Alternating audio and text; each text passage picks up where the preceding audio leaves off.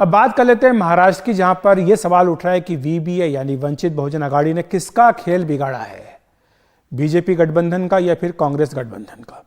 VBA का score तो वैसे तो 0 आया, लेकिन 9 सीटों के नतीजों पर सीधा असर वीबीए के कारण पड़ा है। 9 सीटों पर वीबीए को मिला है वोट, जो कि जीत के अंतर से ज्यादा है। 5 सीटों पर आईएनडीआईए गठबंधन और 4 पर एनडीए की जीत हुई है। हमारे साथ हमारे मेहमान बने हुए रामकृपाल जी, आपके पास आना चाहूंगा। जिस तरह से बहुजन समाज पार्टी के बारे में कहा गया है, यूपी में जो असर डाला, वैसा ही कुछ असर लग रहा है कि वीबीए ने वहां पर महाराष्ट्र में डाला है। निश्चित रूप से, हालांकि मैं अभी पूरा डिटेल आंकड़ों में उस पर नहीं आया हूं, लेकिन निश्चित रूप से जैसा आप कह रहे हैं कि जितना वोट उसको मिला है और जो जीत हार का परसेंटेज रहा है, जो जीत हार का अंतर रहा है संख्या में, उससे वो ज्यादा है, तो निश्चित रूप से असर तो पड़ा ही है। लेकिन जैसा बद्री भाई एक बात कह रहे थे, बहुत सही है कि देखिए, कोई भी समाज, कोई भी जाति स्टैटिक नहीं रहती है। तो ये जो अभी तक ये हो रहा था 2014 से कि जैसे एक सेब है, सेब को आधा काट दीजिए, आधा हटा दीजिए, वो पिछड़े हैं, बाकी आधा में 3 हिस्सा कर दीजिए, सवर्ण, दलित, अल्पसंख्यक, मोटे मोटे तौर पर ये था।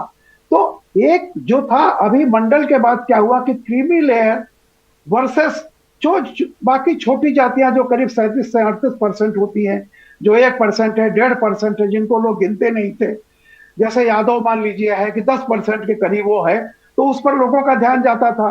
पटेल है, कुर्मी है। तो जैसा इन्होंने कहा कि हुआ क्या कि इस बीच में जो ट्रांसफॉर्मेशन हुआ समाज में, ऐसा नहीं है वो एक लैंडलॉर्ड बनता गया, एक नया सवर्ण पैदा हुआ इसके बीच में, लेकिन एक एस्पिरेशनल क्लास बाकी जातियों में भी पैदा हुआ।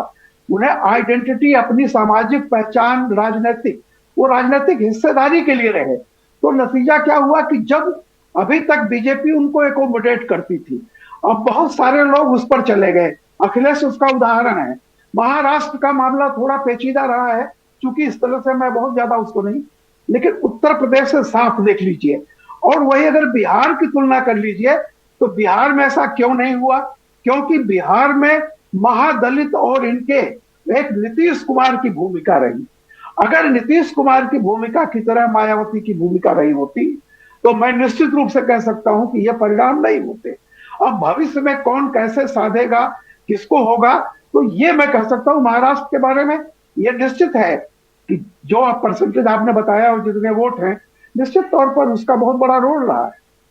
जी, मैं बस समय की कमी है, प्रोफेसर बद्रीनारायण आपके पास आना चाहूंगा। आप किस तरह से देखते हैं ये आने वाले जो विधानसभा चुनाव है, क्या उसमें भी वीबीए की ये भूमिका काफी महत्वपूर्ण होने जा रही है?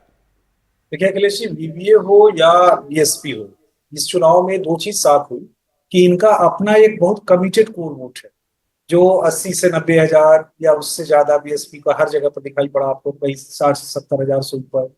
वो दलितों ने इतने की संख्या में, स्पेशली जाटो कम्युनिटी के लोगों ने उत्तर प्रदेश में, और वहां पर भी जो महार्स कम्युनिटी के लोगों ने बेसिकली मूलतः उनको वोट दिया है। तो और उससे सिर्फ जो जीत और हार सिर्फ समाजवादी पार्टी ही नहीं हारी है यहाँ, उसने बीजेपी को भी लॉस किया है बीएसपी ने। अभी वो कहानी सामने नहीं आई है, ठीक से डेटा का एनालिसिस नहीं हुआ है। और वैसे ही वहां तो आपने दिखाया ही कि दोनों ही हारे हैं, यानी उसने बीजेपी को भी वो किया है, प्रभावित किया है, उनको भी प्रभावित किया है। वैसे ही यहाँ भी हुआ होगा।